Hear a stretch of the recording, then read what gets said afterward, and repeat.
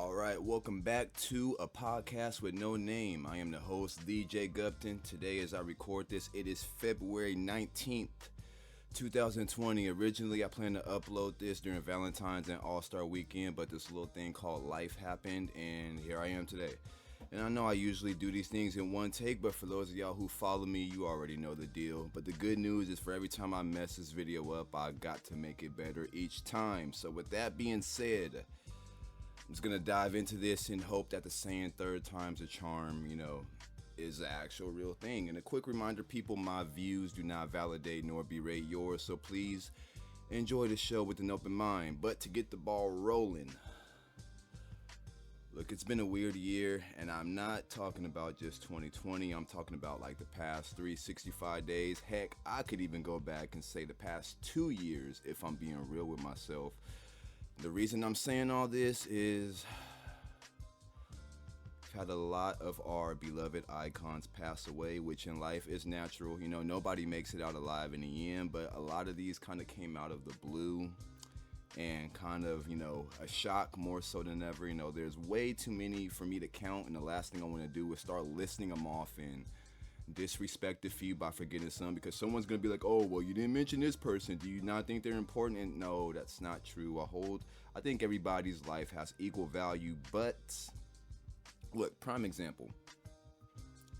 There's 8 victims that I'm not going to go full into detail. If you know, you know. And today, as I record this, we lost Pop Smoke, and it's not that I don't acknowledge these people. I'm just simply touching on things that I'm more informed about and that have more of an impact on me personally. But I do believe there are people, who work hard and they fight harder to develop a legacy, and they earn that right to be talked about more than other people, just simply due to the impact they had on the world. That just comes with the territory of being an icon or a legend or whatever it is you want to call it. And I think that most people already know, like, the main 3 people I'm going to touch on that kind of hit home with me. And those 3 are Malcolm James McCormick, also known as Mac Miller. Ermias Joseph Ascadome, also known as Nipsey Hussle. Apologies if I mispronounce the name. And last but not least, Kobe Bean Bryant, also known as the Black Mamba. Now, before I go further into detail, know that this is how these affected me personally. And to be honest, my views aren't too significant, because it's not like, this is Shaq giving his speech on Kobe or Schoolboy Q talking about Mac. People who were actually close. Look, no one's really looking forward to what I have to say, but I feel like people should bring real conversation back to these tragic events, instead of just small talking their way around it. So I kind of want to, shed my insignificant views to see if there's someone out there who's kind of thinking the same way I do, but just they don't really know how to go about it, But whether or not, I'm a blimp on the radar doesn't change the fact that, I'm still going to be respectful and mind my tongue and step lightly, explaining my thoughts during these times. But I'm going to disclose that I am blunt and I don't sugarcoat too many things, unfortunately. That's just how I am. But I hold the highest respect, and I share a lot of empathy and condolences to the families that, who might be affected to a much greater extent than myself, which is why I decided to type everything out beforehand, just to make sure, I can apply a filter and I don't just get into my emotions and start going off like how a lot of y'all do on these rants. And the most important thing, do not clip me out of context to make it sound like I'm slandering the dead, because some people out there are going to try it, but I have this whole video here with this warning. But moving on, I'm not going to sit here and act like, after each one of these big events, I came to some like powerful point of clarity. I learned some deep, lesson, or I had some form of wake up call, because like I'm trying to do stuff like that on a daily basis, regardless of what events in the world happen. But I do believe psychologically, something kind of affected me to the point just to stop taking time for granted. I saw a lot of my friends kind of emulate this. They start going to the gym more. A lot of my music buddies started to hit me up to get in the studio more, never stating like, oh, let's do this for Mac or Nip, or it'll make them proud. We knew psychologically why we were doing it. We didn't have to mention stuff like that. The reason why we were more motivated now. And like I said, even though I don't learn some crazy lesson, I am kind of reminded of the same one. Each time something like this happens, is that we're all mortal. Even like the icons as big as the ones we've lost, they might seem inhuman or immortal due to their talents. We kind of assume they're gonna die of old age, illness, and kind of see it coming in a way. In the episode of Fresh Prince, I believe Milton Berle, who's like an old comedian and actor, he said the powerful quote, "The problem with the youth is that we believe we're invincible." And I used to say this every time when I used to teach at the schools, and I would see the kids like run in the crosswalk while there was traffic. I'd be like, man, you only do that because you assume that a car is not going to hit you. You're so comfortable with the fact you're going to grow old into an adult. The thought of dying as a child never crosses your mind. And I think the same thing kind of happens with these events, because if you told me in 2010 or 2011 when the freshman double XLs dropped that Mac and Nip would both be dead in 2019, I'd call BS, because neither of them really led a lifestyle where we would see them dying young. For the most part, they were positive icons that kind of pushed the envelope. Same with Kobe. Even though he was older, we still didn't see him dying anytime soon. When he played his last game, we didn't think, oh, okay, well, go retire, go, get old and wither away. Like, no, he's getting ready to start the new chapter of his life. Like, we're looking forward to seeing how he's going to contribute to the game from the outside, how Shaq and Charles Barkley do, like, or any retired NBA player, and not just with, his job or his legacy, but, with his kids too. And it sucks when you really think about how a lot of stuff like that gets cut short. And that's why I think, with when these tragic events happen, it's like a slap in the face. And the main reaction with a slap is like, bruh, take that back. Or I know this MF did not just do, and you can't take stuff like that back. Which is when these things happen, our first reaction is like, man, come on, say psych, or it's another hoax, right? And I didn't think it was too much of a hoax when it came to Mac and Nip, because I kind of woke up to a timeline flooded with it, which is a bit more convincing. But the thing with Kobe, his came like midday and was like so weird and like left field. Like, my mom calls me out the room, and I'm not even like believing her as she's saying it, even as I'm confirming it on my phone. And to be honest, even till this day, like, still kind of don't want to confirm it if we're being like real. But over time, as it became reality, I begin to feel this same thing that I felt with Mac and Nip and pretty much any other celebrity that passes away. It's a real mixed bag. And I think about 99% of people that have like good in their hearts is gonna like understand what I mean by this. I felt bad that I didn't feel bad enough.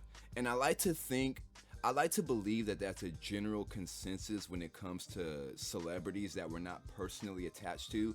Not just that, but people will kind of make the mistake of assuming that we feel that way because we're not bawling with tears, which kind of relates back to the quote, at the beginning from God of War, when Atreus assumes his dad isn't mourning the death of his mother because he's just not showing it. And he snaps at his dad, and his dad is quick to be like, boy, mind your tongue. Like, never mistake my silence as a lack of grief.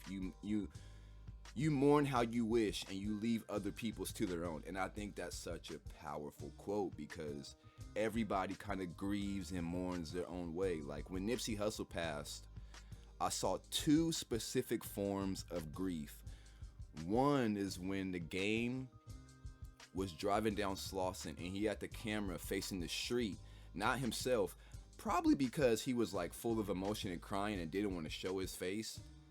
And then there was a second form where Currency was driving, but he had the camera facing himself as he's smiling, and he had all his chains on, like how Nip used to wear all his chains, and he was smiling like, hey, like, my boy might be gone out here, but as long as I'm in my whip slapping your music, you all fine and alive right here. And that, I tend to side with the latter, with Currency, because I'm beginning to slowly accept that death isn't something we should necessarily destroy ourselves over, which is extremely hard when it involves people that are close to us. But heck, I even want to work on that too, Because I know everybody gets torn apart when their mom, their son, or anybody dies. But heck, I went to my cousin's funeral and I felt like crap. And then I see my uncle get up there. You know, that's his son he's burying. And he has like this smile on his face. He's content. And a lot of people will say like, oh, well, that's a front. You know, people are. But if you knew my uncle the way I knew him, you would know that it wasn't. That's just, he's made it to the point of life where he can see clarity in the fact that even though someone's gone, they're still alive within them. And I want to reach that point. Even though I'm still kind of conflicted during these tragic events, because I still kind of feel guilt for not crying on the inside, even though I feel like I should in some form. Or if I am, it's to like a really limited extent to where I can still carry on with my day somewhat normally, where as if it was someone close to me, like my mom or dad or my kids, I would probably cancel all my plans for the day because I would just be too shut down. But like I said, you know, I'm starting to learn to appreciate death, which might sound weird to a lot of people. But in the end, you know, it doesn't change the fact that one thing kind of still haunts me. And it's that I simply lack to empathize with these icons and appreciate their hustle enough while they are still alive. And a lot of people do this. And when I say enough, I mean too much. Because too much is as much as they were worth, in my opinion. You know, I was a fan of Mac, but it took me forever to finally listen to a lot of his latest albums, especially I think the last one was Swimming Pools. You know, I didn't play the whole album until like the drive on the way to his concert that was set to honor his life. Never even went to one of his own concerts to see him perform, you know. You know, my friends Brian, Cherry, Joe, they're always talking to me about, you know, how great Nip is, how much of a boss he is, and how we should take after him. But I'm still just viewing him as another good rapper. Yeah, above average, but that's just all I view him as another rapper. I even made the stupid comment when I watched the video of him like building a basketball court for the youth. I was like, man, how can a dude with the hottest song out, Rap Nigga, be talking to kids? It was such a shallow remark for me to make because, like I said, I didn't empathize and appreciate his hustle enough. Same thing with Kobe. I always respected his legacy and his talent as a player, but look, this dude, oh my God, this dude was so good of a competitor. He was known for making other people's teams look bad. And it was like, it was not that we were just talking about him when we beat him. It was such an honor to triumph a dude that was this good that, yeah, you can bet that when we beat him, we had something somewhat negative to say. But like I said, if we would have appreciated his hustle enough, regardless of the outcomes of the games, I would have never said anything. I would have, you know, shake hands. All right, whether we won or lost, next time. You just keep it at that. But like I said earlier, when these events happen, we're kind of reminded once again that they're flesh and bones. They require food and nourishment, sleep, just like us. They obey the laws of gravity and nature. Drugs hurt them, bullets hurt them, collisions can hurt them, and they can die. And that pedestal, that immortal pedestal we used to hold them on, you know, it's now vacant. But people can say, you know, maybe the perk of being an icon is that even in death, your legacy kind of still lives on. You know, people will hear Mac's music and hear covers done by other people.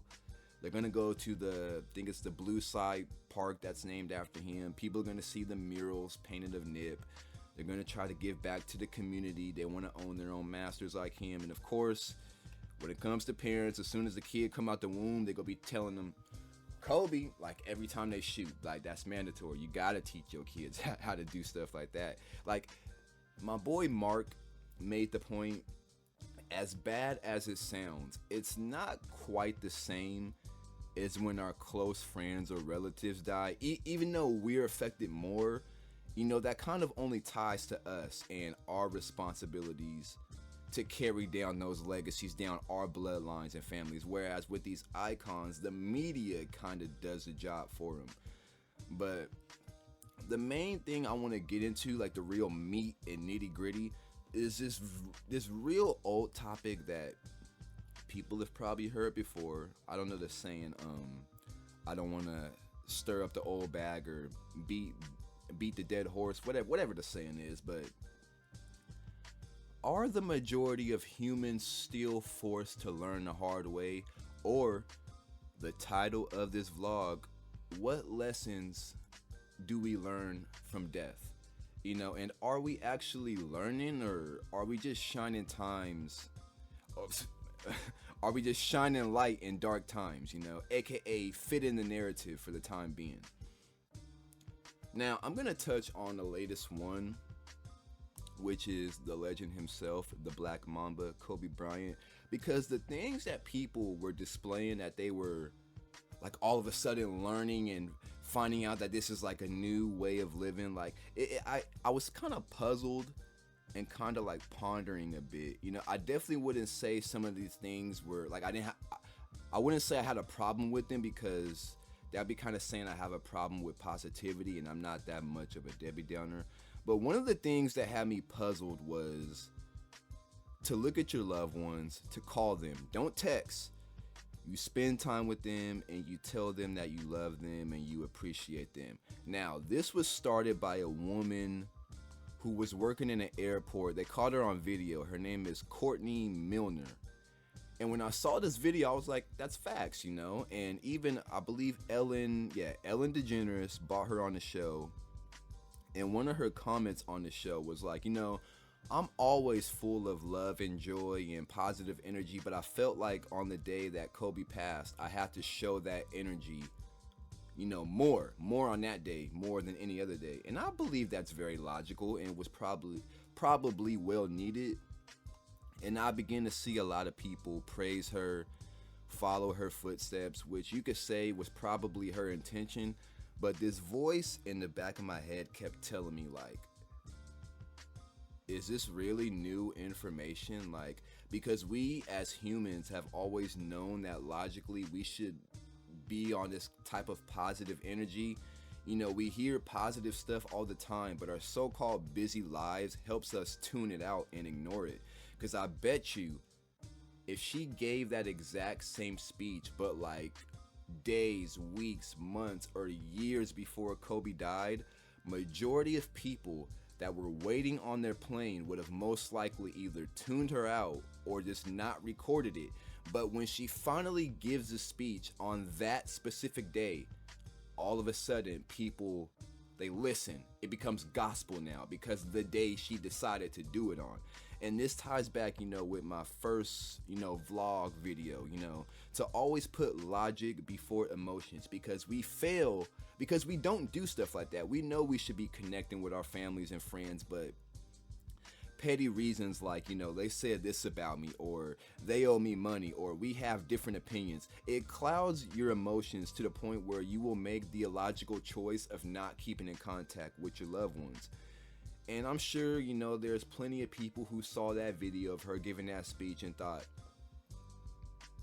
maybe I should call my grandma or my mom, or nah, I'm still mad over it. And that's my point, is like people still look at stuff like this and still think, oh well, like, and this, I'm just gonna lead it to my second issue, which is kind of a double-edged sword, and people are gonna assume I'm bashing it right out the gate, but hear me out.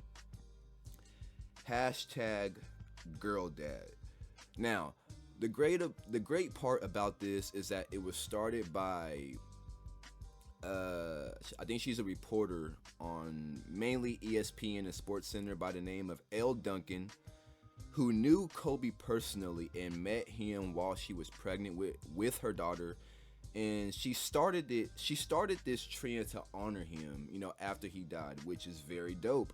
I personally love it when the trend is started by someone who knew that person in real life, kind of how the game did with Marathon Mondays, since he kind of knew Nipsey Hussle on a personal level. But the negative edge to this sword is when I see people who I know were at some point very disconnected from Kobe and his legacy, and all of a sudden they feel the need to like jump on this trend and display that they're a hashtag girl dad, convincing themselves that they're honoring him, but in reality we can kind of see it's a form of wanting, self-recognition for being able to be a part of the movement or conversation that the world is discussing. Now, I think if you have always displayed love for your daughters and you have just always been a proud father on a constant basis, then yes, you have the right. You post girl dad all you want, because chances are you probably posted stuff like this before these events, and you will constantly reiterate stuff like this after events like this. And like I said earlier, with how emotions prevent us from telling people how we love them, when it comes to people with my skin color, emotions have prevented us from being fit fathers for years, even though deep down we know logically what's best for our children. And all of a sudden, we're proud to be fathers because Kobe died. Now, I'm not saying that's a full-blown terrible thing, because, better late than never, right? Like, the other day I saw Earthquake, who is a comedian. He posted a video of, like, this gym that's full of nothing but African Americans. They're all hugging each other, giving each other handshakes, with the guy on the microphone walking around saying, like, yeah, we need to get back to this positive point where we're proud of each other's, our kids and our businesses, and they're all snapping out of it, which is good. And for those that have been on this positive tip long before now, we are willing to, accept you as someone who's changed for the better.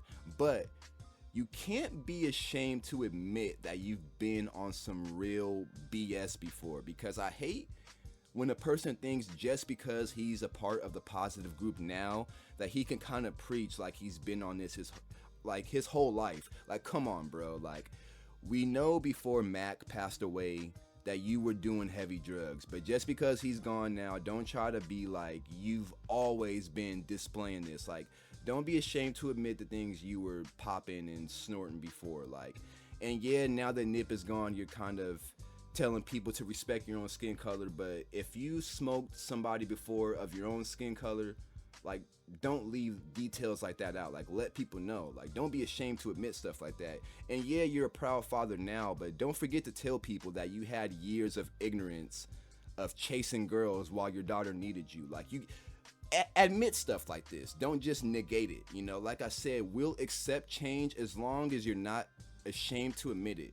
The ones that we don't accept is the ones who be fake changing, fake grieving, like I said, just trying to just become part of the conversation for the clout. Like, because I saw a lot of men, I ain't gonna say no names, but I saw a lot of men who were posting pictures with daughters that I never knew you even had a daughter, man. I may have known I may have known you had a son, maybe I knew you were a dad, or maybe I hear you talk about your daughter, or I see him in person, but have I seen you constantly display to the world that with these loving captions on a daily basis?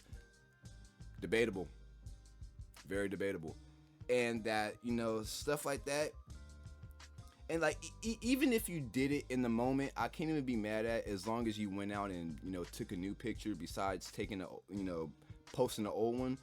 But it's funny because a lot of black men will keep their children out of their social media because they don't want any love interest seeing that they got kids. But now that Kobe's gone, you're a proud father. Now, like I said, normally I would say better to learn now than never, but I can guarantee there's a large number of men who are given the impression that they're learning now only to never do so, because when all this dies down, a lot of people go right back to square one. Like when these rappers, they overdose and people say, man, we need to really lay off the drugs, and they do, but only during the grieving process, because when the smoke clears, the high comes right back.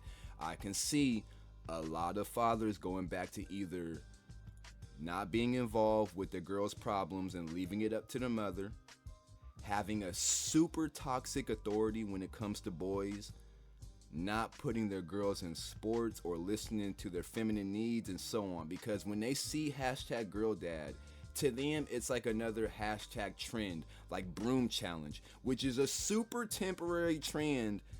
And they don't look at this stuff as a movement that honors and pays respect to a legend. This ain't temporary. If you're gonna post stuff like this and make it seem like you're part of it, I better see you emulating these same behaviors like a year from now. You feel me? Because if you're not, that ties in with the very sensitive subject. Are you really mourning and grieving, or are you just fitting in with the crowd so you can be a part of the conversation? Why does it take a death of an NBA player for you to display to the world that you're proud of being a father of girls? When that clip of Kobe and Gigi on the sidelines was first aired, the commentator even stated that this was a sign of being a proud father of a girl. But what did people decide to do with that clip? They made it into a meme. They added all these captions and gave it funny context. Why didn't Girl Dad become a trend on that day by the fans and the people when we saw him on the sidelines? Instead of becoming a meme, why did it take L. Duncan to start it after his death? Or to relate to my previous issue, if L. Duncan had started that trend at the time before Kobe passed away, would people have jumped on it as much as they did? Because like I said, people tend to tune out positivity in the time they feel like they don't need it, which is why when I analyze a lot of stuff with this Girl Dad, some of it just don't sit right. Like I said, I'm not mad at it because there is positivity in it. Plus, it was started by someone who had interactions with Kobe. But it feels like a lot of people just like decided to reach out and show things that are not 100% genuine. Which is why I say, are we really learning, or are we just shining light in dark times? And look, while that may be my concern or my opinion, it doesn't mean I flat out lack empathy. While I have problems with these so-called new lessons being learned, I understand that people like L. Duncan and Courtney Milner, they start them in order to serve positivity, during a time when we need it. Because a lot of people were probably at home depressed, and seeing stuff like this, it helps pull them out of that. And for the families, I'm pretty sure it helps them knowing some good came out of all this mess, So I somewhat empathize and understand that there is an underlying purpose with good intention, just not fully. And especially when it comes to people with my own skin color, like I said. And reminder, this is also based on people who I know and follow. A lot of people can be oblivious to stuff like this because they follow a much more positive crowd who isn't so fickle. Kind of like how Meek Mill said, like he left Instagram because he saw too much capping. And people will be like, well, you see what you follow, right? So I did have to go and kind of rearrange, who I followed and take some people out. But then that kind of leads to the cancel culture, which is a whole nother topic. So let me move on from that. But the reason that I'm going so hard on the issues with Kobe is not because he's the most recent, but I also feel like his response was like the most shocking and kind of weird. And I think due to that, once again, this can be interpreted kind of wrong and weird, but hear me out. When it comes to Mac and Nip's situation, they're kind of common. Mac, his death was caused by drugs. And when it comes to music artists and drugs, it ain't nothing new, unfortunately. And same with Nip, he's killed by a former associate, his own skin color and his own hood due to very petty reasons and envy. Very unfortunate, but we've kind of heard something like that before. But when it comes to an NBA legend who dies in a helicopter crash with his daughter and another family while they chose to fly in weird weather conditions, is like, what? Like so unordinary and unheard of, and it might not happen again. So it's kind of natural that the response will be a bit more erratic, not simply due to him being bigger than anyone, but just the circumstances alone, man. Because while I just jacked up my whole notes, let me find out where I was. Because while circumstances like that can be kind of crazy, oh man, where did I leave? I just jacked up my whole train of thought just now. Let me get back to where I was.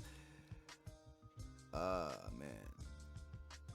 So look, it's natural the response can be kind of weird, which can explain why all of a sudden men feel the need to post themselves, with their daughters, showcasing love and care in the aftermath of a death due to crazy circumstances like this, which can kind of give them the self-satisfaction of being able to chime in on the social media grieving topics and post these things while they aren't fully empathizing nor worrying about how it may look to people who knew their actions when it came to their daughters prior to these events, or to the people who display being a girl dad weeks, months, or years prior to these events themselves, I would never be as foolish as to say that the majority of the people were riding the grieving wave, because a lot of folks, like I said, were authentic before these events and chose to reiterate that fact afterwards. But for someone to use another person's death as a staple in time, to say like, you know what, from here on out, I'm gonna carry on what that person emulated. Because if it was me, I kind of take that as an insult. If I was in the afterlife and I could see that person, I'd be like, man, come on, like, why couldn't you like show me that you acknowledge me while I was alive? Like, why couldn't you spread my message for me to see while I had the time? Perhaps you could have transpired some crazy domino effect in the world's energy that could have kept me alive in some way, for people who believe weird, crazy stuff like that. But like, now that I'm gone, you decide now is the time. Now's the time to have a Mamba mentality. Now is the time to run the marathon. But, stuff like this, it really ain't nothing new. Like, people have been analyzing stuff like this since the day Pac and Biggie died. And man, like, this part right here might even sound messed up, but it's something I've always thought about. Now that I'm mentioning, Pac and Big. The one thing that's good about a lot of these legends and icons that pass away at their peak is that they're always held up to like a much larger degree than others. Because when a lot of celebrities get old, they kind of fall off to a certain degree. And yeah, like when they die, people acknowledge them and they feel sad, but it's like a much smaller crowd and they move on very quick because it's not a global event. Like, I would never go as far as to say John Witherspoon, aka Pops, hat fell off, but since he had died at an old age, people were sad and they acknowledged it, but I didn't hear too many people like discuss his legacy apart from the African American culture. But I can guarantee if he would have passed away during his prime, during the parts when he was filming the Friday movies, it would have been a much bigger story, not just for the African American community, but it would have been a global event. And saying like Tupac and Big were seen as the biggest and the greatest, and they died as the greatest. Therefore, they will always be viewed as the greatest. And even though like they repped our culture, it was such a global event to the point everybody knows about it. There might be people out there who out-rap and act better than Tupac, but the bottom line is they didn't die a legend like him, so it doesn't matter like to a lot of people, so they deny that. But to get back on track, while people like all of a sudden, they decide that I'm gonna become fans or emulate this legacy's footsteps after their death, I will always accept that side of the coin over the other side. And that's when people all of a sudden try to destroy someone's legacy, which leads to my next big issue. A tragic event does not give you the right to speak your mind and share your worldly views while full of emotion. Now, I'm going to make sure I read this part because some of y'all may think that's exactly what I'm doing right now. But like I said, I took deep consideration and time to write this out and pre-read it so I can apply a filter to what I say, because the things that were coursing through my mind at the time of these events and before I filtered this script, those thoughts weren't necessarily the truth, because I was full of emotion and I couldn't make the conscious decision to say the right things, because the brain often has conflicting thoughts almost every second. The thoughts we speak consciously without emotion can be acknowledged as our true selves. And those are the most important ones, not the emotional ones that we just pop off and say. Because when you make the split decision to quickly share a negative view, the second someone dies, people will be like, aha, that's the real you. Which is really unfair. As bad as it is, that's just how the world is, because we assume that the truth is what comes out of your mouth, but without the filter. People never consider that the truth is the filter, which is why I apply it by typing out, everything I say carefully with a conscious mind. And I don't just apply the filter to be a normal dude in society, because like I said, the very deep thoughts in my head, before they reach the filter, they don't represent who I truly am as a person. Everybody thinks dark and crazy stuff, but it doesn't mean that's who they are. That's just, you got to see the bigger picture. Because when y'all say stuff without a filter, you'll claim two things. You either saying this because, I have no heart, so whatever. I'm going to just say whatever. Which must mean, you have no brain either, because you're saying you don't have something that's keeping you alive. You do have a heart. You just lack empathy. Or you'll claim to be speaking from the heart, but your emotions are straining the heart, forcing it to work as a muscle, and the muscle can produce thoughts, FYI.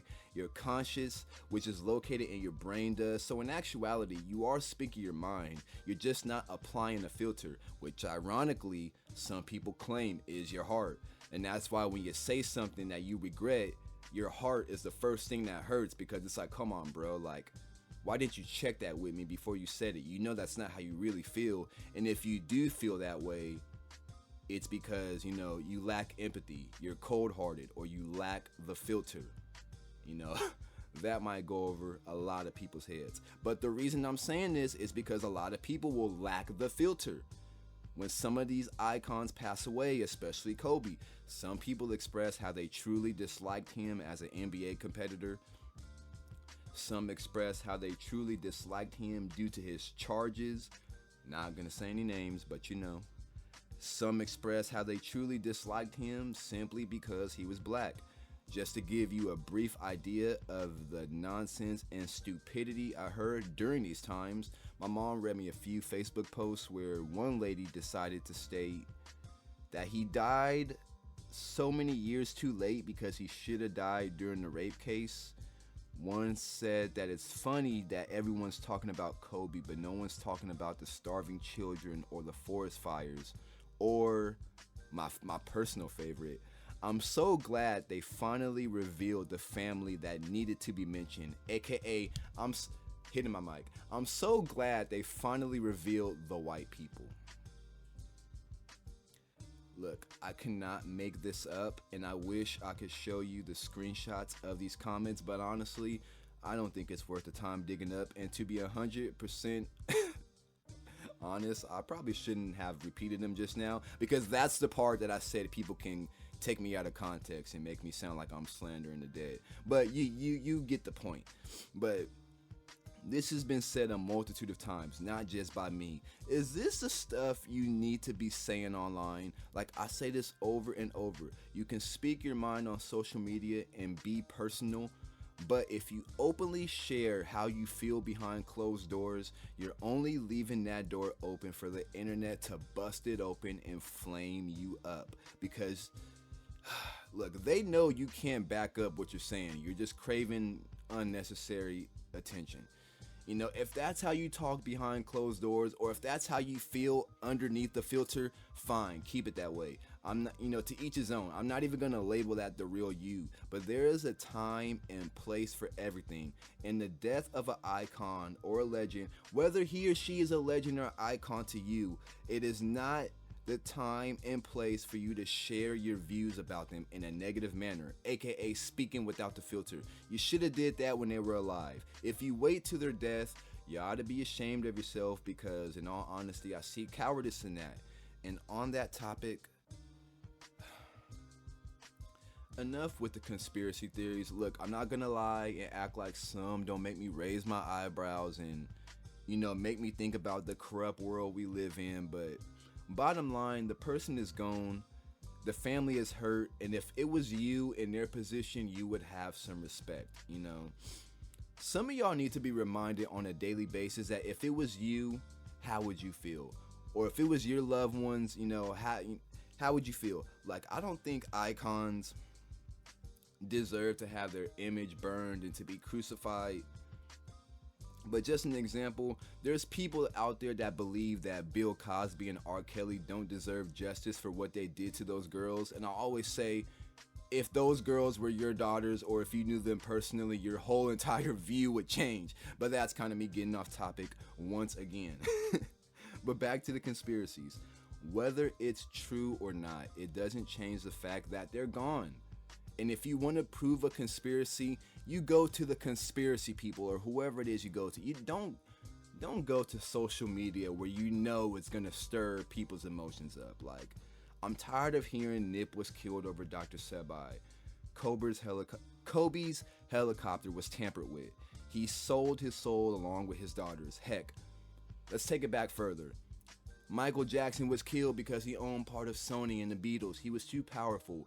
Prince owned his masters, so he had his music taken off YouTube. But the second he died, it was back on YouTube again. Look, regardless if anyone wants to believe stuff like this or not, once again, bottom line is it doesn't change anything. Have some respect and discuss these views and conspiracies of yours with your friends and not on the internet where it can be shared and commented on. Can you do that? Can you have respect and empathize with the families that are personally involved in these manners? Can we respect the fans who see these people as more than legends but as father figures? If we can change for the better, can we admit to ourselves and to others that we haven't always been better? Can we consider how things can be viewed even if our intent is good? Can we mind our tongues and not speak ill of the dead? If we have something to say, can we apply a filter to what we say? And can we do our best to learn the most valuable lessons before the death of somebody? Like, these are just questions I've been asking myself lately, because I'm starting to draw the line with all these people who are learning lessons, but till this day I'm still seeing all talk, no action. You know, like I said, when it was revealed Mac passed away from drugs, people swore that they would ease off, but now we lost Juice WRLD, and people still ain't eased off. The #1 song is still Pour Up the Whole Damn Seal and Getting Lazy. Look, like, we got times where we want to have fun and drugs can enhance that, but we got to moderate that shit, man. Like, we got problems and we want to do drugs to cope with them, but we have seen this route numerous times. Put the drugs down and talk to it, MF, man. If you do not like therapy, or if you're against that, talk to your homies. If you ain't got homies, talk to your siblings. If you ain't got siblings, talk out loud to yourself or write in a journal so you can read or hear how stupid the reasons sound as to why you popping pills, drinking medicine, and snorting things on a constant basis. Because, like, I'm not going to sit here and insult Mac and make it seem like he was doing all types of crazy stuff, but there's a lot of people out here that's still on this nonsense, and I just don't get it. People even swore that they would stop the black on black violence after Nip died. You know, seeing the red and blue bandanas tied together. But we still seeing our own kind out here mugging each other, talking bad about each other on social media. Niggas still want to kill our own kind over petty reasons. It's a lot of different ways you can handle solving your problems with another nigga rather than just killing him. You know, when you have those nights when you riding around in your car thinking of all the reasons that you're going to kill this dude, when you see him, think about the reasons you need to take your butt home, because you're starting to realize it ain't really worth you being out at night. And if another man really got your blood boiling that much, then you need to let him know, look, I'm about to approach you with nothing more than my pride and my fist, and we go settle this like men, nothing more, nothing less. Because I bet you if the dude that took Nip out would have came to him like that, like walked up to like the Crenshaw block, hands in the air, had security search and be like, hey, you know, Nip, you called me something. Whether that label applies to me or not, I don't appreciate that. So we go squab it out right here. If I win, you remove that label from my name, and heck, we ain't even got to be cool. You just go show me a little bit of respect. But if I lose, hell, call me a rat. I'll skirt off like one. I bet you, as real as Nip was, he probably would have slid the dude, and it just gave him respect for having heart. But instead, what did the dude decide to do? Walk up, execute him. Just says skip all that. I'ma just do the easy way. Now, that's what I'm saying, man. And I'm pretty sure I've already elaborated on Kobe enough, but a lot of people still out here scared to make their daughters a top priority. A lot of people still staying out of contact with their folks, which is exactly why the instrumental that's playing in the background is A Clock with No Hands by The Roots, because a lot of people still disregard the passage of time and what we should be learning. Put time into your own hands, but like I said, All-Star Weekend just finished, and for the most part, everyone in that stadium looked like they were on the right page. I'm just concerned for the people outside. And with that being said, rest in peace to all the victims of 2019 and early 2020. My condolences once again to the families or anyone still grieving. That's my personal take on these events. I appreciate you all for listening. Jacob and out. You dig?